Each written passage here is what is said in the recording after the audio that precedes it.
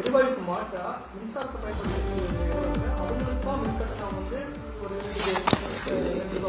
இல்லைங்க. தயவு செய்து அதை மாண்பு முதலமைச்சரும் அதுக்கு ஒரு தலைமை செயலர் தெளிவுபடுத்த சொன்னாங்க. அதே மாதிரி முதலமைச்சர் அலுவலகத்தையும் தெளிவுபடுத்த சொன்னாங்க. நாங்கள் தெளிவாக போடுறோங்க.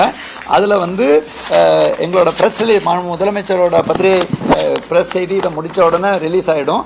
அதில் தெளிவாக நம்ம சொல்கிறது என்னென்னா, உணவு மற்றும் உணவு தயாரிக்கும் அனைத்தும் கிளவுட் கிச்சனாக இருக்கலாம். கிளவுட் கிச்சனா வீட்டிலேயே கூட சமாளித்து கிளவுட் கிச்சன் சொல்லுவோம் இல்லையா.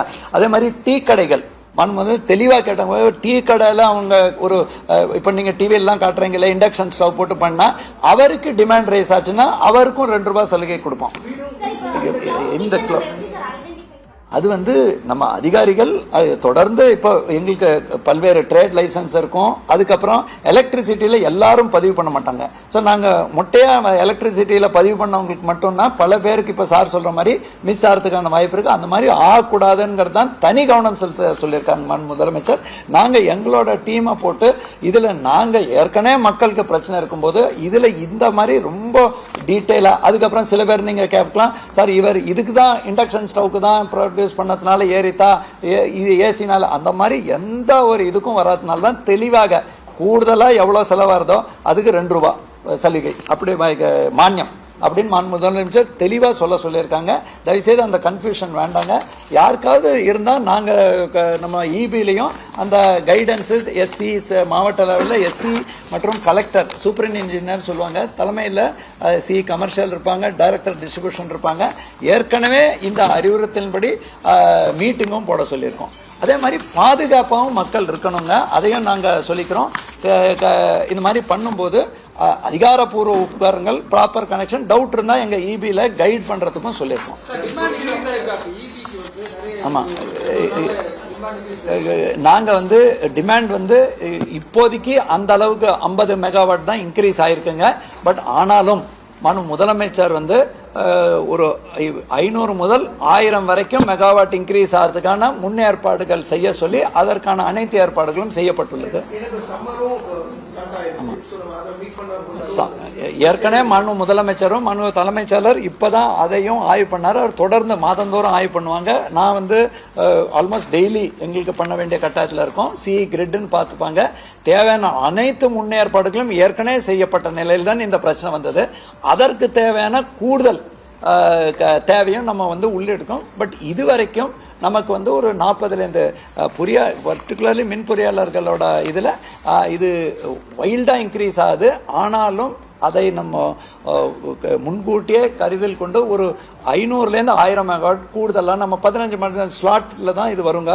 காலை வேலையில் இன்க்ரீஸ் ஆகிறதுக்கான வாய்ப்புகள் அதிகமாக இருக்குது. மத்தியானம் அந்த குக்கிங் டைமில் சோலார் பவர் நமக்கு வந்துடுறது. நைட்டு வேலையில் நமக்கு காலையில் 6லேருந்து 8, நைட்டு மறுபடியும் 6லேருந்து 12 மணி இருக்கும். அந்த நேரங்கள்லையும் கூடுதலாக எல்லாம் கன்வெர்ட் பண்ணும்போது வரும். அது எல்லாத்தையும் அந்த ஸ்லாட்ஸுக்கும் ஏற்பாடு பண்ணியிருக்கோம்.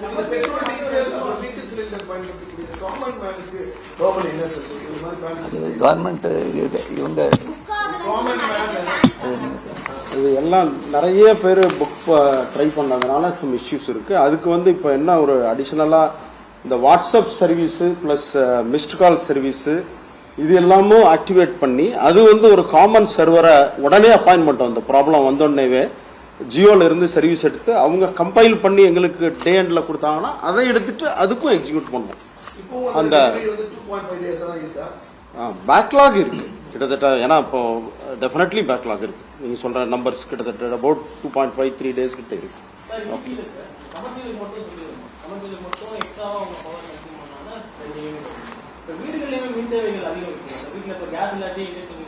அது டெஃபினட்டாக அதையும் நமக்கு ஏன்னா டொமஸ்டிக் ரேட்டு வேறு ரேட்டாக தான் இருக்குங்க. டொமஸ்டிக் ரேட்டு இன்ஃபேக்ட் ஏற்கனவே அது செப்பரேட்டாக அதை எக்ஸாமின் பண்ணுவோம். இப்போதைக்கு அந்த எந்த வகையான உணவு டீ கடையோ கமர்ஷியலாக, ஏன்னா கமர்ஷியல் ரேட் ரொம்ப ஹை ரேட்டுங்க, 10.45 அதுக்கு மேலே ஹை ரேட்ஸாக இருந்தது. ₹10 மேலே இருக்கும்போது அவங்களுக்கு பண்ணியிருக்கோம்.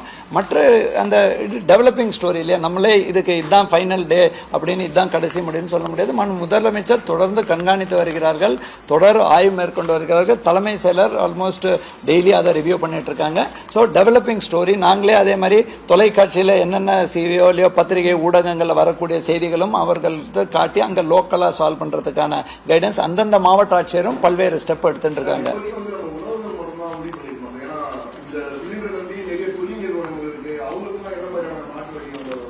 இது எல்லாமே டெவலப்பிங் இஷ்யூஸுங்க. நாங்கள் அதோட இம்பேக்ட் அந்த இண்டஸ்ட்ரி செக்ரட்டரி இஸ் தேர். இவங்க டு பி வெரி ஃப்ராங்க்குங்க, அந்த ரீஆர்கனைசேஷன் பண்ணுறதுக்கு இவங்களுக்கும் ஒவ்வொரு நாள் ஒரு 4 நாள் முன்னாடி திடீர்னு கமர்ஷியல் கொடுக்க முடியாதுன்னு ஒரு தகவல் வந்திருந்தது. தற்பொழுது அவங்க அதுக்கு ஒரு அலாட்மெண்ட் பண்ணி ஒரு வழிவகை ஒன்றிய அரசில் சொல்லி மாநில அரசுக்கு ஒரு கமிட்டி போட்டிருக்காங்க. அந்த கமிட்டி மூலமாக அவர்களுக்கும் அந்த ஏற்பாடு செய்வதற்கு அதை முன்னுரிமைப்படுத்தி யாருக்கு முன்னாடி சொன்னார் இல்லையா, ஹாஸ்பிட்டலுக்கு டெஃபினட்டாக கொடுக்கணும், உணவகங்களுக்கு கொடுக்கணும், அதை இண்டஸ்ட்ரியில் எப்படி ரேஷன் பண்ணணுங்கிறது அந்த குழுக்கள் முடிவெடுக்கும்.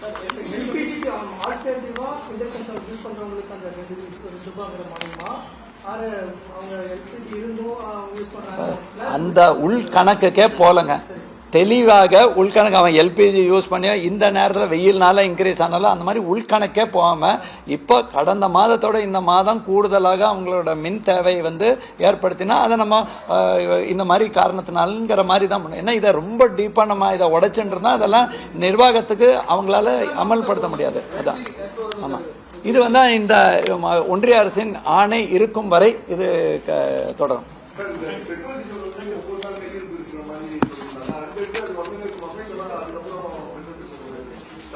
நான் உங்கள்கிட்ட சொன்ன இந்த மாசம் முழுசுமே ஸ்டாக்கே இருக்கு நம்ம கிட்ட, மறுபடியும் ஏற்பாடு பண்ணிட்டு இருக்காங்க. நான் அதான் கொஞ்சம் கூட பேனிக் ஆக வேணாம்னு முதல்ல மக்கள்கிட்ட சொல்லணும்.